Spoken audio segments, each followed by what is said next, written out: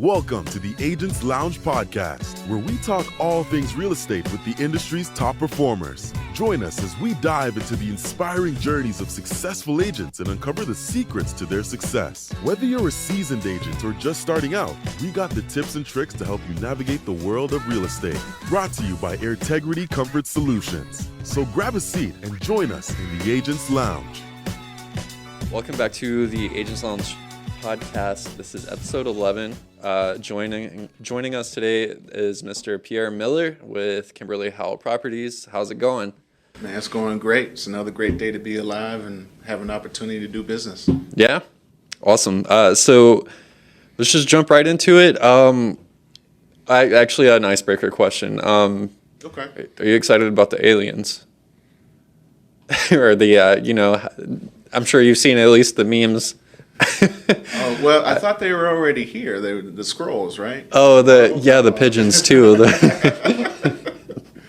Yeah. I guess I'd say as excited. I'm excited about it. Yeah. As long as they're friendly. I mean, yeah.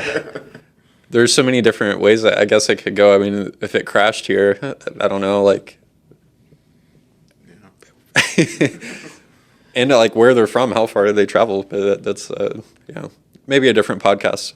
So. Do they have a good latte? Yeah. Right. They got a Starbucks, in the Vegas system. I don't know. That's funny. All right. So basically, we just are gonna ask you maybe what did you do before you got into real estate? Yeah, absolutely. So previous to being in real estate, the job I actually held was a sales manager for a Fortune 500 company. Before that, I was a sales associate. And then before that, I was in the Air Force. Really? Yeah. What'd you do in the Air Force? I actually was a dental technician. Oh, yeah? Yeah, so. And did you enjoy it? I did. The thing for me is, it was a little tough being, at that time I was 6'6", 200 and I'd say 40 pounds, gained a little bit more weight since then, but, just a little tough, trying to maneuver in a small dental treatment room and oh yeah, having bigger hands and whatnot. So, right. So, but bedside manner, I tried to make sure that I was good with that and working with the doctor. So I enjoyed that aspect of it. So well, that's cool. So what was the transition like? So you said military, and then what was after that? So I was in the Air Force. I did 4 years, and then I re-enlisted. And during that time, I actually got a license in massage therapy. And I was actually doing massage therapy mobile at the time. And it's a little sporadic with regards to that. No, I mean, but as far as in that space in that business, and I started working part time. Yeah. It was CarMax is where I was working at, and I really liked it, and I really liked sales. I liked interacting with people and providing them a service, and so it kind of grew from there. And once I was done with my second enlistment, just went ahead and started working there full time. Nice. I bet your wife is pretty happy if you're a licensed massage therapist. Yes. I would say that was, I guess, one of the tools in my toolbox. I would say that allowed me to be, I guess, desirable for her. So. Can you also cook? Are you a good cook? I cannot cook. That's a trade-off. Yeah. So a couple things I can make a really good. It's called an egg in a basket. What you do is you take a piece of bread and you put the butter on the skillet. You cut out a little hole for the egg. Put the egg in there. Turn it over. Cook it like. Oh yeah, I've seen that. Yeah. So I can do that really, really well. My grandmother used to do that, and I watched her do it, and that's one thing I can do. I can make a mean grilled cheese too. Yeah, same. I probably excel at breakfast more than anything else. Like anything breakfast related. Yep. Outside of that, it's probably hot dogs. Yeah, I like my bacon crispy. My wife not so much. Oh yeah. so she she kind of lets me cook the bacon, but she monitors. Yeah. So how did you find Kimberly Howell? Well, So a couple things. If you go into the San Antonio Board of Realtors, I haven't been there lately, but you'll see her name on the wall.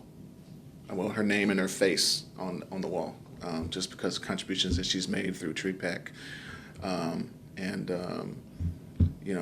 She's been in business for 30 years. And then at the time, my wife had a Porsche, and we took it to a automotive shop that specialized in, I guess, Like foreign cars, Yeah. Porsches, Ferraris, BMWs, and whatnot. And, I think Kimberly at that time she had a Cadillac Escalade. She took her Escalade there. And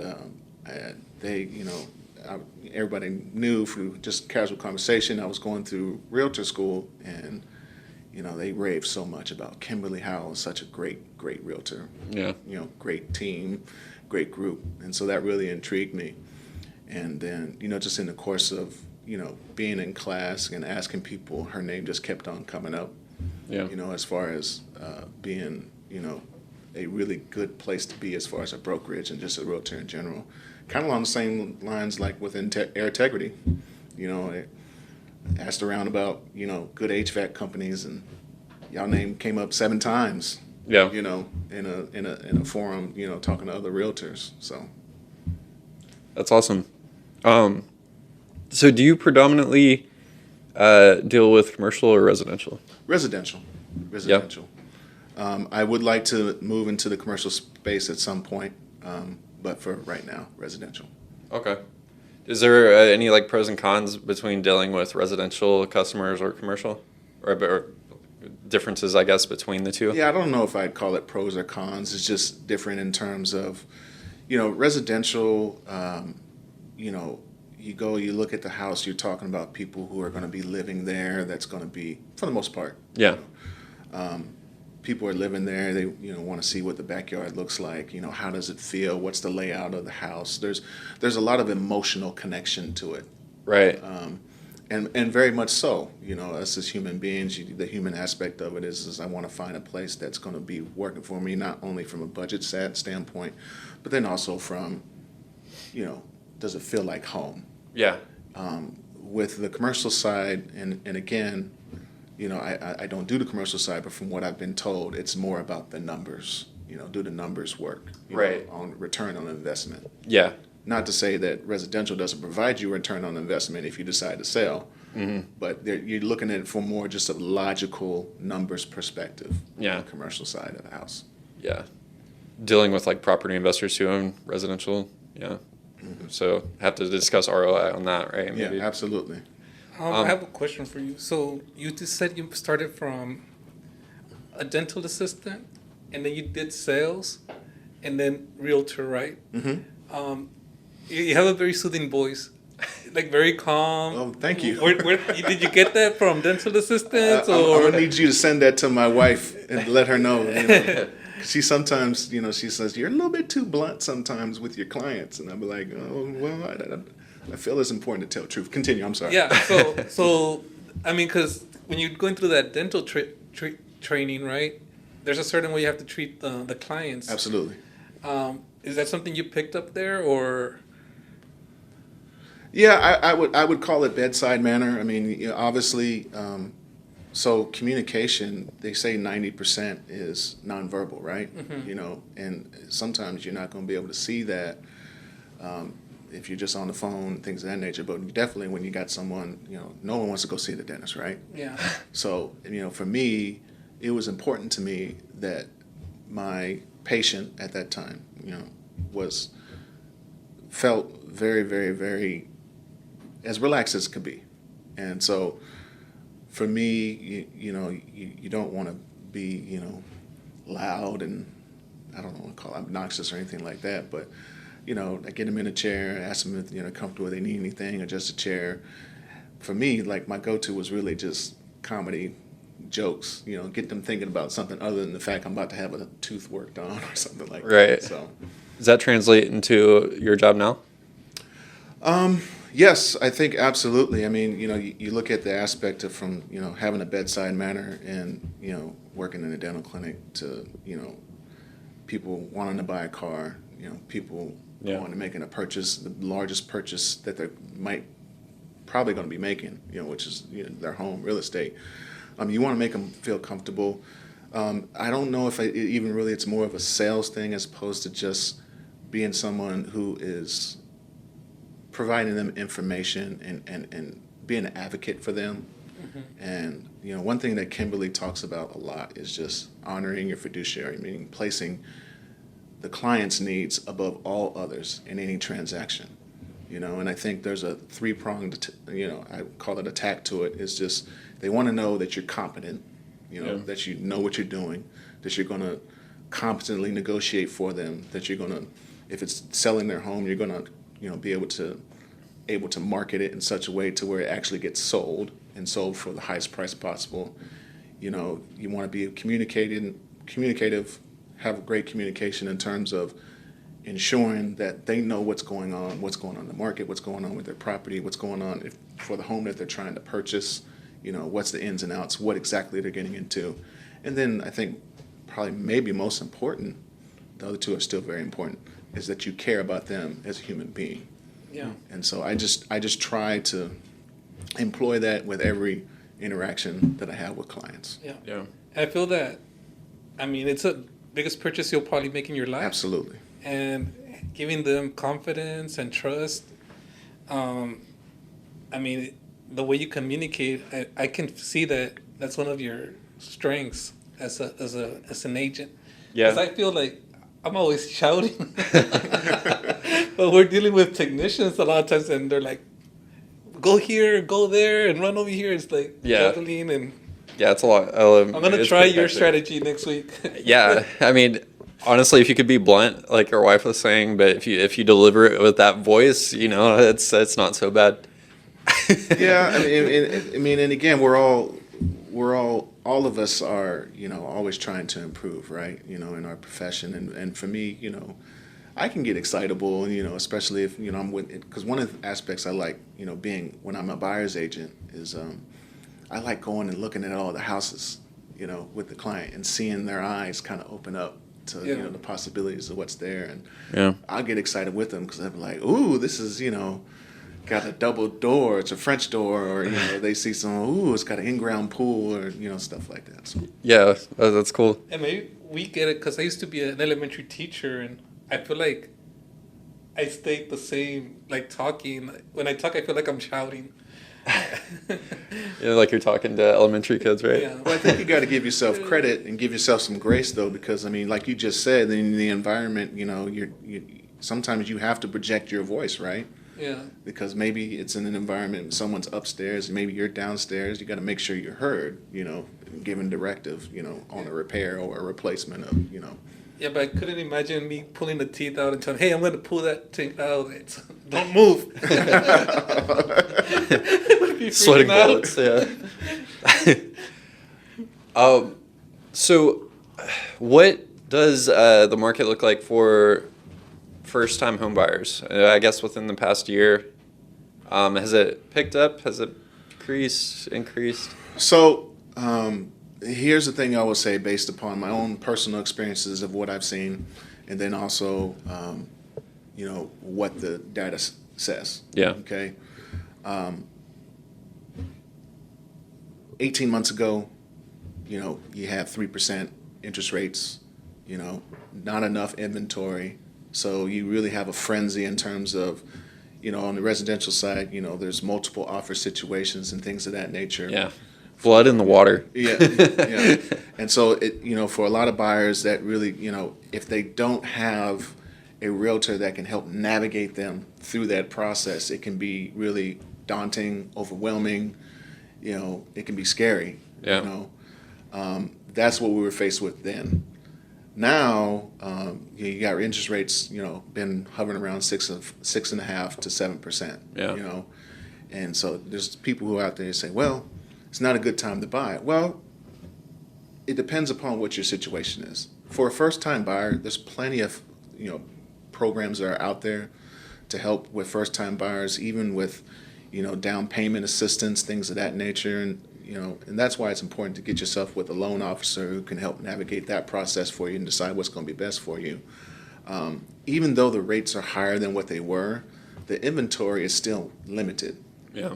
And what I've told my clients who are sellers, and I seem to have, mostly sellers over the last, 6 to 9 months, is that, hey, be willing to help out these buyers to get them to the closing table, meaning, complete the transaction. Yeah. And what that means is providing them with closing costs, in such a way that they can, what we call, buy down that rate.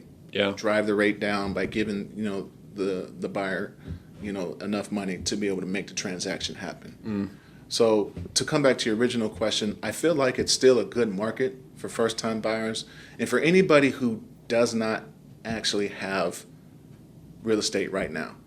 So, I mean, if you have a home, Francisco, if you have a home and you're paying 3%, you got to really justify why I'm going to go buy another house to move into and pay 7%, right? Yeah.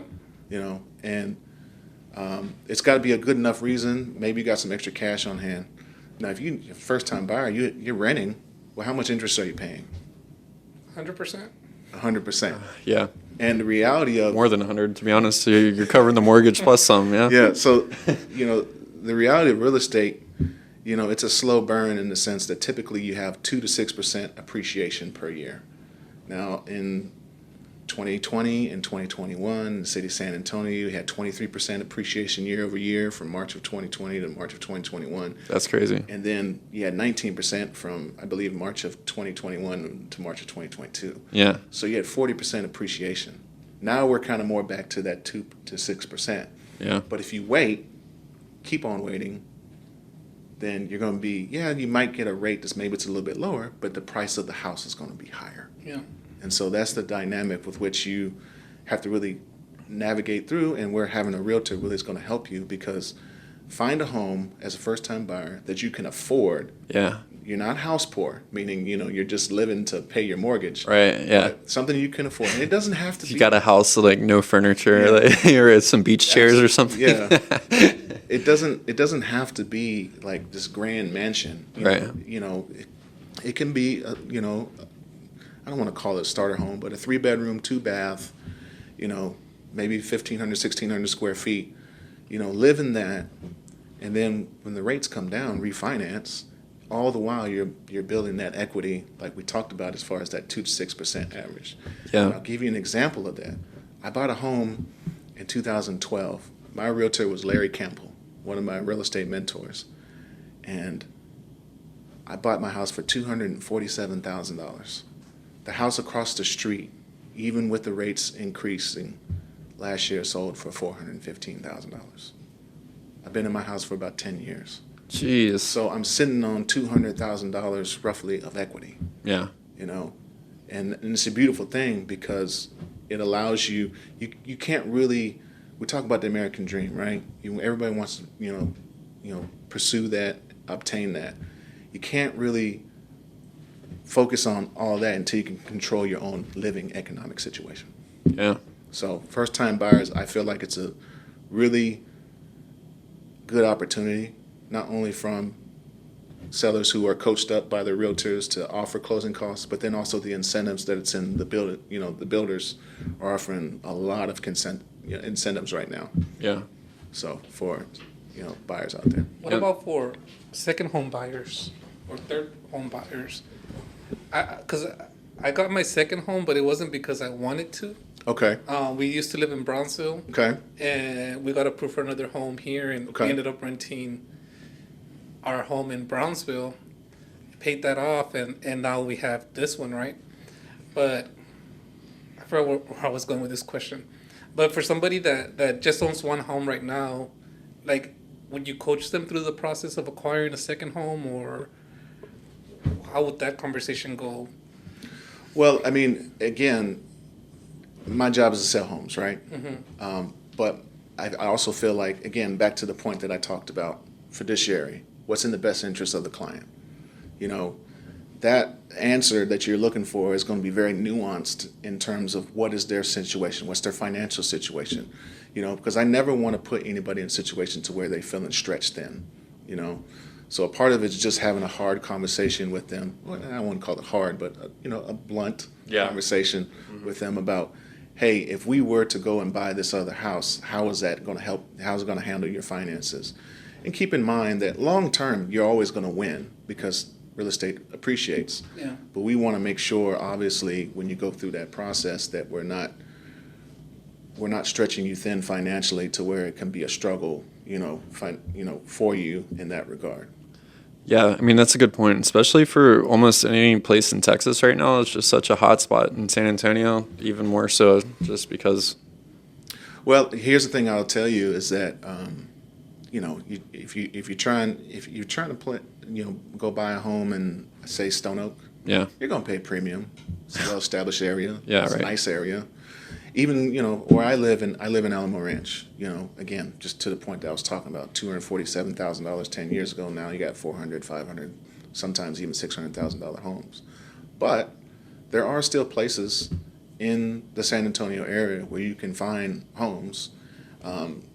St. Hedwig is an example, and the property taxes out there is minimal versus, somewhere in the city. Yeah. Downtown San Antonio and stuff like that. So, right. I mean, there's still opportunities. There's always going to be opportunities. It's just you need a realtor to help you find it. So, there's the plug. shameless. Yeah, right. What is something that you wish you knew when you first started in realty that you know now? That, like, if you could go talk to yourself at that starting point. Oh, man, I'm just trying to, I don't know if I can answer that question because my first transaction that I did, sometimes they say, well, sometimes you're so optimistic you don't know any better. Beginning of the pandemic, people were uncertain about the real estate market just in general. Yeah. And there was a client of mine that, wanted to purchase a $500,000 home. Talking to the loan officer, talking to another, mortgage company, they were like, well, we can do it in a year, or we can do it in 9 months.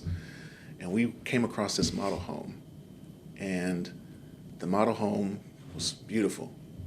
Long story short, I went to the loan officer. I said, hey, how much is it if you wanted to purchase this thing in 30 days?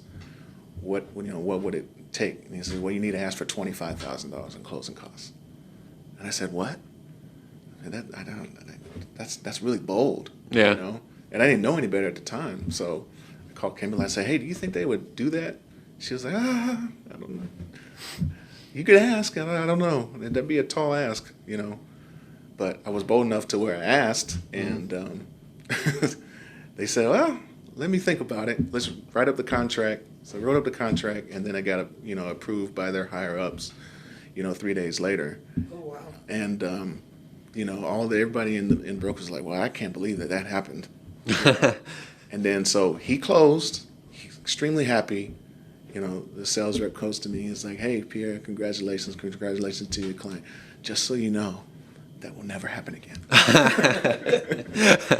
I guess what I'd say that try to answer your question the best I can after telling that story is just continually be trying to learn about the market, staying up to date about the market. And there's always going to be different scenarios. You learn something new in real estate every day, every year, every month. I mean, even Kimberly, she talks about that a lot, about, you want to make sure that you're continuing that education aspect of, because there's so many different variables to real estate, a transaction, a property. Right.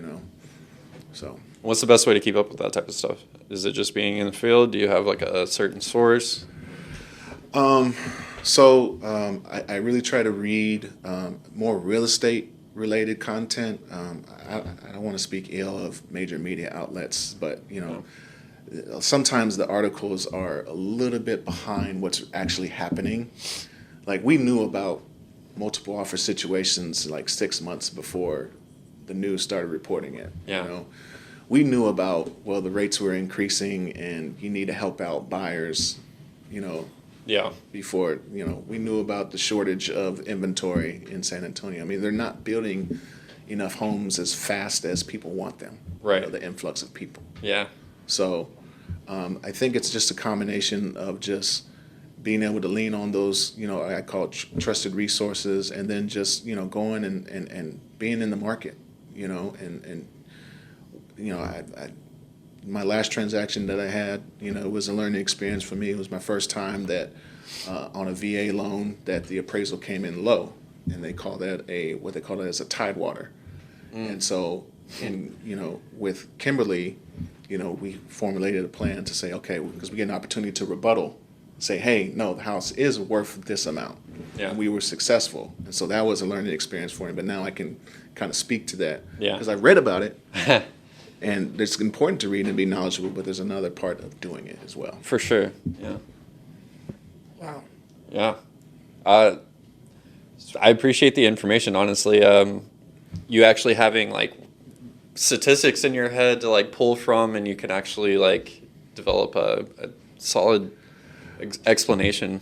Well, and thank you for that. I try to do a lot of reading, just in general, and also about the market. And, I don't think there's any substitution for experience, but it does definitely help. And I'll, if we're talking about statistics, I'll bring you one more. We'll talk about first-time buyers, adding on to, I guess a motivation for first-time buyers. Homeowners, on average, and the statistics have varied throughout the last, I'd say, 12 months or so, but there are usually about 38 to 44 more times in terms of their net worth of what they have. Oh, wow. Homeowner versus just... Is that a nationwide stat, or is that that's a nationwide stat. Yeah. So that's pretty crazy. Yeah. For our listeners, if you don't, if you're renting right now, look into buying a home. Well, Mr. Miller, do you have any closing remarks? It's going to probably wrap it up for us today. No, I would just like to say thank you for the opportunity to come in and just have a short conversation with y'all, and hopefully, it was enlightening in terms of, and somewhat entertaining, I don't do any free licensed massages, so, but, that's exclusive to my wife nowadays. But I do also want to say that, in terms of, I can't just state how I want to talk about, this is the shameless plug for you all.